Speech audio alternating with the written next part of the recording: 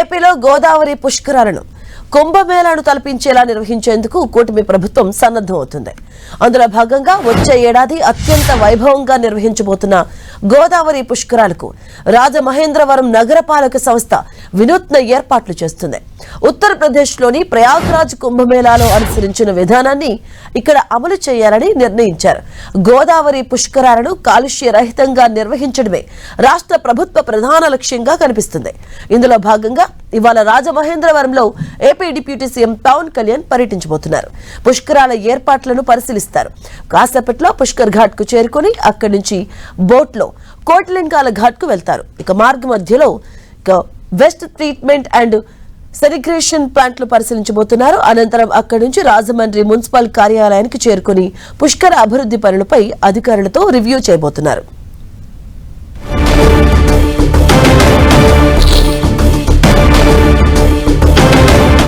ఇక మరి కాసేపట్లో AP deputy CM Pawan Kalyan పుష్కరాలకు సంబంధించినటువంటి అభివృద్ధి పనులపై రివ్యూ చేయబోతున్నారు. ఆయన పుష్కర ఘాట్ల గోడ్ను దగ్గరుండి పరిశీలించబోతున్నారు. మరి కాసేపట్లో ఆయన బోట్లో ప్రయాణించి దీనికి సంబంధించినటువంటి అభివృద్ధి పనులు అలాగే పనులు ఎలా జరుగుతున్నాయి అటువైపు రివ్యూ చేయబోతున్నారు. దీనికి సంబంధించిన పూర్తి అప్డేట్స్ మా కరెస్పాండెంట్ సతీష్ లైవ్ ద్వారా అందిస్తారు. సతీష్. మాధవి, మరి కాసేపట్లో ఆంధ్రప్రదేశ్ డిప్యూటీ సీఎం పవన్ కళ్యాణ్ పర్యటన అయితే మాత్రం తూర్పుగోదావరి జిల్లా రాజమండ్రి గోదావరి తీరంలో అయితే ప్రారంభం కానుంది. అయితే వచ్చే సంవత్సరంలో జరగబోయే పుష్కరాలకు సంబంధించి పుష్కర ఘాట్ల అభివృద్ధికి సంబంధించి పూర్తి స్థాయిలో అభివృద్ధి పనులను పరిశీలించేందుకైతే మాత్రం ఆంధ్రప్రదేశ్ డిప్యూటీ సీఎం పవన్ కళ్యాణ్ అయితే మాత్రం నిన్న రాజమండ్రి అయితే చేరుకున్నారు. మరి కాసేపట్లోనే పుష్కర్ ఘాట్ నుండి అయితే ఈ పర్యటన అయితే ప్రారంభం కానుంది.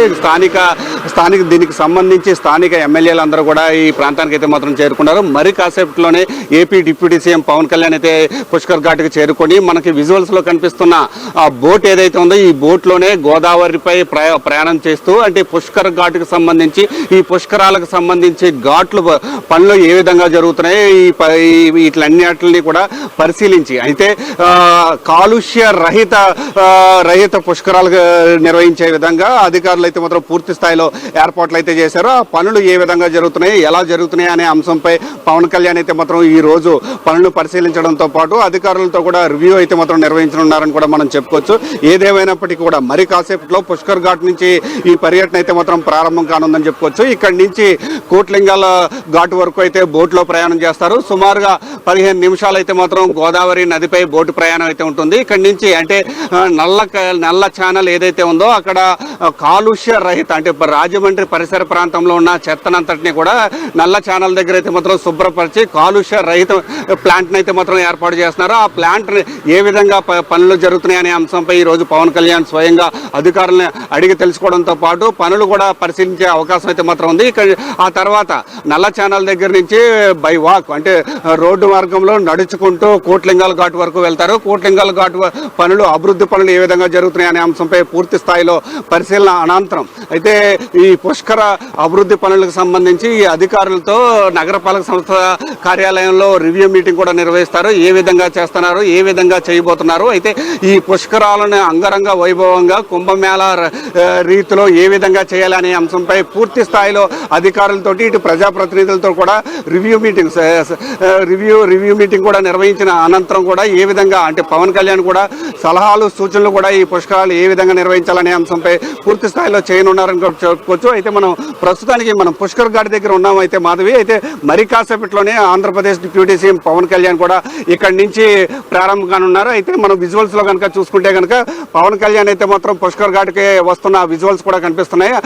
పర్యాటక శాఖ మంత్రి కందుల దుర్గేష్ దగ్గరుండి పవన్ కళ్యాణ్ కూడా తీసుకొస్తున్న విజువల్స్ కూడా మనకి కనిపిస్తున్నాయని కూడా మనం చెప్పుకోవచ్చు. అయితే పవన్ కళ్యాణ్ తో పాటు మనం కూడా బోట్ లో ప్రయాణిస్తూ గోదావరి అంటే పుష్కర పనులు ఏ విధంగా జరుగుతున్నాయి అనే అంశంపై వివరించేందుకు పవన్ కళ్యాణ్ తో పాటు మనం కూడా బోట్ లో ప్రయాణం చేస్తూ కూడా అసలు ఈ ఘాట్లని ఏ విధంగా పరిశీలిస్తున్నారు అనే అంశం అయితే మాత్రం తెలుసుకుందాం. అయితే ప్రస్తుతానికైతే మాత్రం పవన్ కళ్యాణ్ అంటే మనం విజువల్స్ లో కనుక చూసుకుంటే కనుక పవన్ కళ్యాణ్ కూడా పుష్కర్ ఘాట్ అయితే చేరుకున్నారు. అక్కడ అధికారులు ప్రజాప్రతినిధులు ఏర్పాటు చేసిన ఫోటో గ్యాలరీని కూడా తిలకిస్తున్నారు. విజువల్స్ లో కనుక చూసుకుంటే కనుక ఫోటో గ్యాలరీ ద్వారా అంటే పనులు ఏ విధంగా చేస్తున్నారు అనే అంశంపై ఒక ఫోటో గ్యాలరీ కూడా ఏర్పాటు చేశారు. ఆ ఫోటో గ్యాలరీని కూడా చూసి ఇక్కడ ఏం జరుగుతుందనే అంశాన్ని అయితే మాత్రం ఇటు అధికారులతోటి స్థానిక ఎమ్మెల్యేలతోటి మంత్రి కందుల దుర్గేష్ను కూడా అడిగి తెలుసుకుంటున్నారు. మరి కాసేపట్లో ఆ ఫోటో గ్యాలరీ తొలగించిన అనంతరం కూడా బోటు వద్దకైతే చేరుకుంటారు.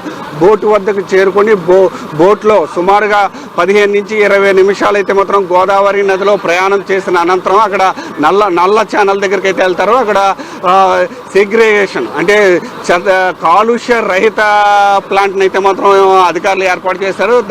దానికి సంబంధించి పనులు ఏ విధంగా జరుగుతున్నాయి అనే దానిపై పూర్తి స్థాయిలో పరిశీలన అయితే చేస్తారు. పరిశీలన అనంతరం కూడా కోట్లింగల్ ఘాటు వద్ద కూడా చేరుకుంటారని కూడా మనం చెప్పుకోవచ్చు. ఏదేమైనప్పటికీ కూడా ప్రస్తుతానికైతే మాత్రం మనం చూసుకుంటే కనుక పుష్కర్ ఘాట్ దగ్గర నుంచి ఆంధ్రప్రదేశ్ డిప్యూటీ సీఎం పవన్ కళ్యాణ్ పర్యటన అయితే మాత్రం ప్రారంభమైందని కూడా మనం చెప్పుకోవచ్చు. మాధవి, రైట్ సతీష్, అలాగే అంటే గతంలో మనం చూసాం పుష్కరాలకు సంబంధించి కొంత అంటే అప్పట్లో ఏర్పడినటువంటి సందర్భాలు కూడా మనం చూసాం.